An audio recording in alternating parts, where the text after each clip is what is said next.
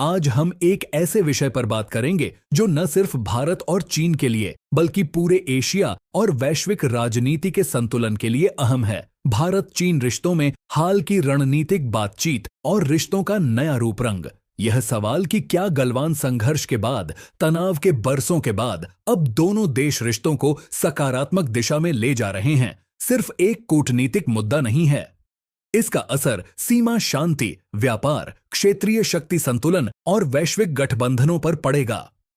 सबसे पहले उस पृष्ठभूमि को समझते हैं जहां से यह कहानी शुरू होती है। 2020 में भारत चीन सीमा पर गलवान घाटी में हिंसक टकराव हुआ था, जिसमें दोनों देशों के सैनिकों ने जान गंवाई थी। इस संघर्ष के बाद भारत चीन संबंधों में सबसे गहरा तनाव देखा गया। दोनों देशों ने हजारों सैनिकों को हौसले के साथ वास्तविक नियंत्रण रेखा LAC पर तैनात किया। 2020 की यह घटना दशकों तक शीत युद्ध जैसे तनाव का कारण बनी रही, लेकिन समय के साथ कूटनीतिक प्रयासों ने दिशा बदलने की कोशिश की। अक्टूबर 2024 में दोनों देशों ने एक महत्वपूर्ण बॉर्डर पेट्रोलिंग समझौता पर सहमति व्यक्त की, जिसके तहत पूर्व गलवान संघर्ष से पहले की स्थिति के अनुरूप LAC पर पेट्रोलिंग और सुरक्षा व्यवस्था को बहाल किया गया। यह समझौता दोनों पक्षों के बीच वार्ता की एक नई शुरुआत का प्रतीक माना गया।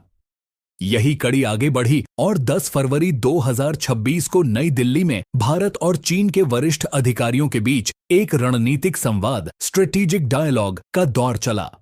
इसमें भारत के विदेश सचिव विक्रम मिसरी और चीन के कार्यकारी उप विदेश मंत्री मा झाओशू के बीच बातचीत हुई।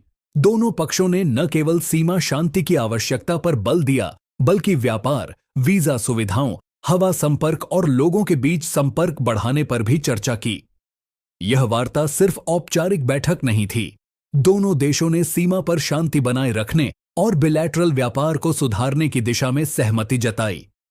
बातचीत में यह भी कहा गया कि दोनों देशों को एक दूसरे को प्रतिस्पर्धी न मानकर विकास सहयोगी साझेदार के रूप में देखना चाहिए, न कि खतरे के रूप में। यह बयान कूटनीतिक भाषा में एक बड़ा संकेत माना जाता है। अंतर्राष्ट्रीय और क्षेत्रीय मामलों में भी दोनों देशों ने साझा रुचि जताई। यह बैठक सीमित मुद्दों तक सीमित नहीं थी, बल्कि वैश्विक अर्थव्यवस्था, बहुपक्षीय संस्थाओं जैसे ब्रिक्स और संयुक्त राष्ट्र सुरक्षा परिषद UNSC जैसे उच्च स्तर के मुद्दों पर भी विचार का आदान प्रदान हुआ। चीन ने भारत की UNSC स्थायी सदस्यता की आकांक्षा को सम्मान देने जैसा संकेत भी दिया, जो पिछले वर्षों में विवाद का विषय रहा है। इस नए दौर के संदर्भ में यह समझना महत्वपूर्ण है कि लंबे समय से भारत चीन संबंधों में तनाव की मुख्य वजह सीमा विवाद और मार्च 2020 गलवान घाटी टकराव थे। दुनिया के दो सबसे बड़े सैनिक बलों के बीच यह टकराव कई वर्षों तक दरारों का कारण बना रहा। 2024 के समझौते के बाद दोनों देशों ने LAC पर पूर्व 2020 की स्थिति को बहाल करने की इच्छा जताई, जिससे शांति कायम करने की संभावनाएं बनी। भारत चीन की वार्ता की यह नई राह सिर्फ सीमा पर शांति तक सीमित नहीं है। दोनों देशों के बीच व्यापार और आर्थिक रिश्तों में सुधार के संकेत पहले भी मिलते रहे हैं। 2025 के दौरान दोनों देशों के बीच व्यापार को दोबारा शुरू करने पर चर्चा हुई थी और सीमा विवाद से उठते कदमों को व्यापार के विस्तार से जोड़ने की बात कही गई थी। हालांकि यह भी एक तथ्य है कि सीमा शांति और कूटनीतिक वार्ता में प्रगति के बावजूद व्यापार संबंधों की पूर्ण बहाली अब भी प्रक्रिया के अधीन है। दोनों देशों के बीच व्यापार का आंकड़ा 155.6 अरब डॉलर के स्तर तक पहुंच चुका है और यह संकेत देता है कि आर्थिक सहयोग भी समय के साथ बढ़ रहा है, लेकिन यह पूर्ण स्तर पर नहीं है। एक और महत्वपूर्ण बात यह है कि इस बातचीत में लोगों के बीच संपर्क और वीजा प्रसंस्करण को आसान बनाने पर भी सहमति बनी है। इससे यह संकेत मिलता है कि दोनों देशों के बीच सिर्फ सरकारी स्तर पर नहीं, बल्कि आम नागरिकों और व्यापारी समुदायों के बीच संपर्क भी मजबूत होने वाला है। हालांकि इसी बीच यह भी याद रखना होगा कि विश्व राजनीति बेहद जटिल और बदलती है।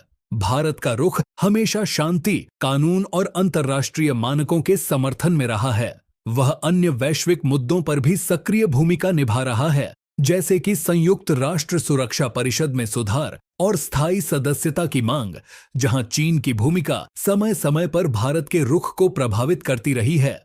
ऐसे में यह सोचना कि सिर्फ एक बैठक से रिश्ते पूर्ण रूप से बदल जाएंगे, वास्तविकता का पूरा चित्र नहीं देता। यह वार्ता एक सकारात्मक कदम है, लेकिन इसके संदर्भ को समझना जरूरी है। यह तनाव को स्थिर करने, संवाद के चैनलों को पुनः खोलने और संभावित सहयोग के क्षेत्रों की पहचान करने की दिशा में किया गया प्रयास है। सबसे बड़ा सवाल यह भी है कि यह नया रुख स्थायी होगा या अस्थायी, क्योंकि दोनों देशों के इतिहास में रिश्तों के उतार चढ़ाव कई बार देखे जा चुके हैं। 2020 के बाद का तनाव इसका सबसे बड़ा उदाहरण रहा है। यूपीएससी, विदेश नीति विशेषज्ञों और भू राजनीतिक विश्लेषकों का मानना है कि रिश्तों का स्थायी सुधार तभी संभव है जब सीमा पर वास्तविक शांति स्थापित हो, बातचीत नियमित जारी रहे और दोनों तरफ के सुरक्षा, आर्थिक और राजनीतिक हितों को संतुलित किया जाए। भारत और चीन के बीच यह रणनीतिक संवाद एक बुनियाद है, पुल की पहली ईंट है। यह पुल सीमा विवादों को पूरी तरह नहीं मिटा देगा, लेकिन यह संवाद, भरोसा और दोनों के बीच सहयोग के मार्ग को खोल सकता है। इस संवाद का असर केवल क्षेत्रीय शांति और सीमा स्थिरता तक सीमित नहीं रहेगा, बल्कि यह दुनिया की सबसे बड़ी दो अर्थव्यवस्थाओं और क्षेत्रीय शक्तियों के मध्य नई कूटनीति की दिशा तय करेगा। अब यह देखने का विषय है कि आने वाले महीनों में दोनों देशों के नेताओं के बयान, संयुक्त परियोजनाएं और वैश्विक मंचों में आपसी समझ क्या इसे एक स्थायी रिश्ते की दिशा में परिवर्तित कर पाएंगी, या फिर यह फिर से केवल एक शांत अवधि मात्र साबित होगी।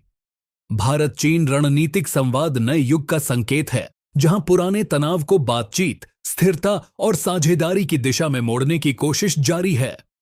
यह कदम दर्शाता है कि दोनों देशों के बीच शांति, व्यापार, सीमा स्थिरता और वैश्विक सहयोग जैसे क्षेत्रों में गंभीरता से सुधार की संभावना उभर रही है। लेकिन दुनिया की बड़ी राजनीति और भू रणनीति की गुत्थी इतनी सरल नहीं कि केवल एक बैठक से सुलझ जाए। समय ही बताएगा कि यह एक स्थायी परिवर्तन का आरंभ है या केवल एक रणनीतिक मोड़।